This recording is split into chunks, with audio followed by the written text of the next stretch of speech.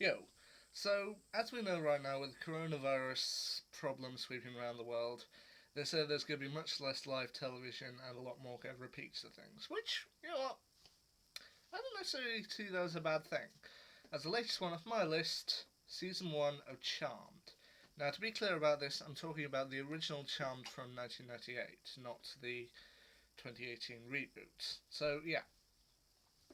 So, this was a show that I honestly didn't know that much about it, but I saw that it was a favourite on kind of Buffy and Supernatural fan pages, so I thought, I'll stick it on my list, and I eventually received it earlier this year.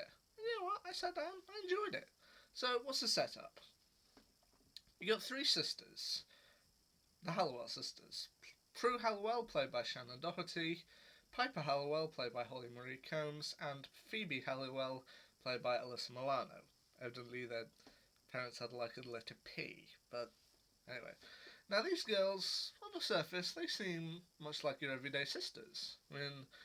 Okay, they live together, they look after each other, then they all work at different places.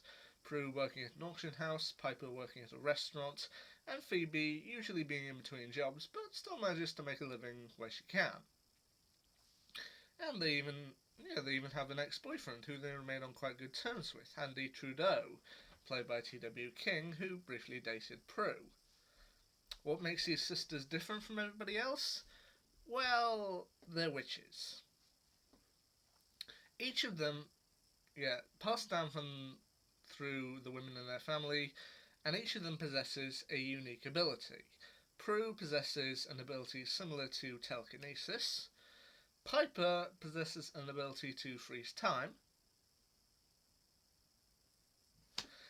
And Phoebe possesses an ability to see visions of either the recent past or the not too distant future.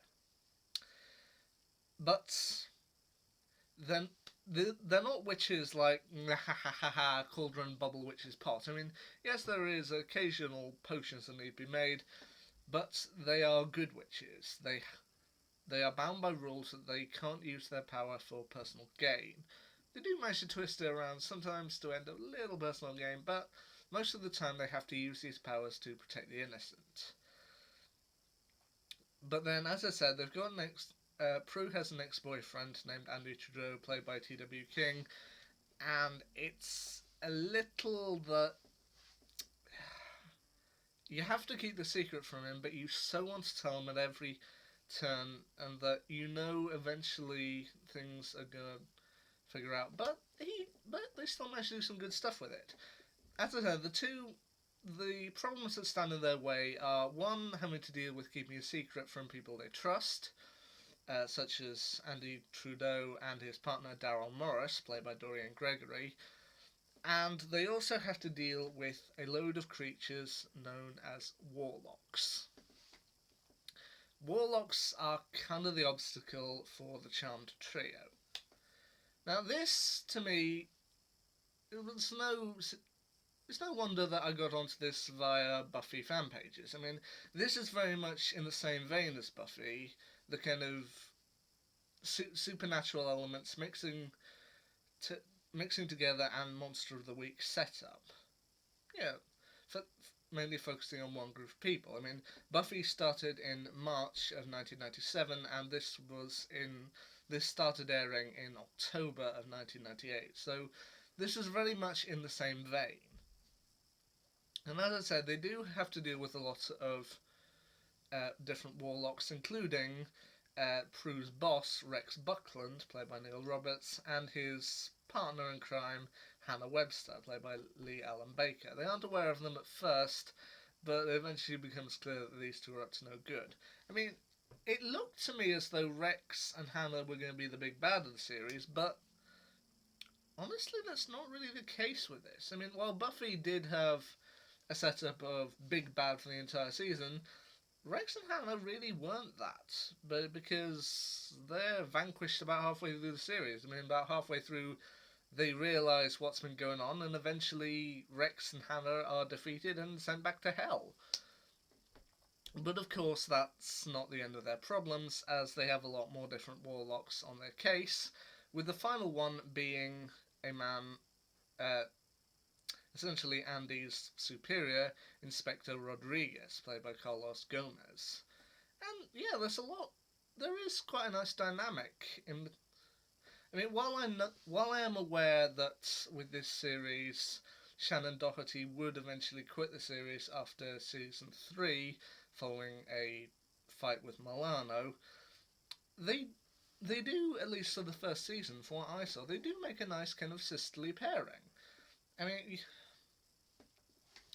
Prue obviously is the eldest sister who feels like she has to protect the two of them and does that well. Piper is evidently the middle child who is trying her best just to keep everything running smoothly, and Phoebe is obviously the free spirit who feels like who can usually tests how much she can get away with. Now, the other big character that I felt I should mention that I haven't mentioned so far is Leo Wyatt, played by Brian Krause. Now, Leo is seemingly presented early on as just a kind of plumber. He's brought in to help fix the Halliwell's plumbing when things go dodgy in their house. But we later find out, and the sisters later find out, that he is actually something like a white knighter or something like that, white lighter. I don't know. He's along those lines. He is someone sent to protect good witches, and he does end up developing something of a romance with Piper, which is nice to see. With Prue, you've got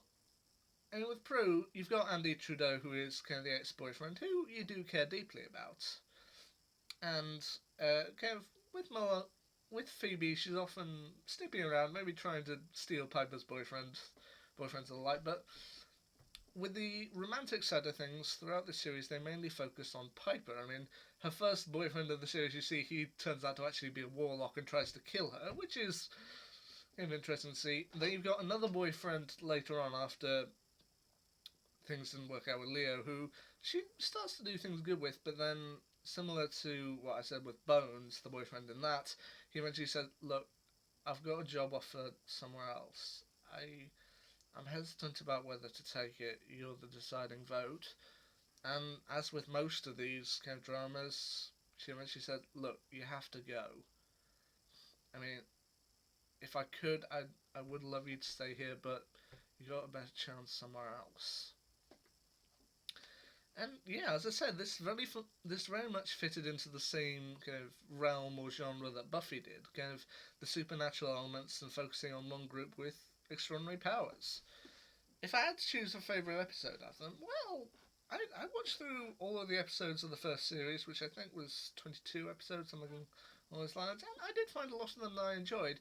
If I had to pick one that I think I really enjoyed above the others, that's tricky, but I'd probably go with episode 4, Dead Man Dating, where they end up talking to the ghost of a Chinese man who was murdered in Chinatown because he bore a resemblance to a local crime boss, a local mob boss.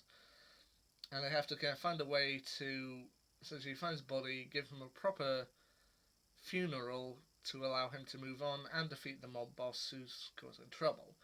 So, the first season of Charmed, did I like it? Yeah, I'd say I did. As I said, it's very much in the Buffy vein, and you know what? Buffy is now one of my favourite shows, so I think I can continue with Charmed. But it was a good show, and you know what? I look forward to seeing what they manage to do in later seasons. So, Charmed Season 1, did I like it? You know what? I was charmed. Charmed, I'm sure. So, well, I look forward to possibly checking out someone in the future Charmed Season 2. But until then, Charmed Season 1 was a pretty good run. Anyway, see you later. Bye.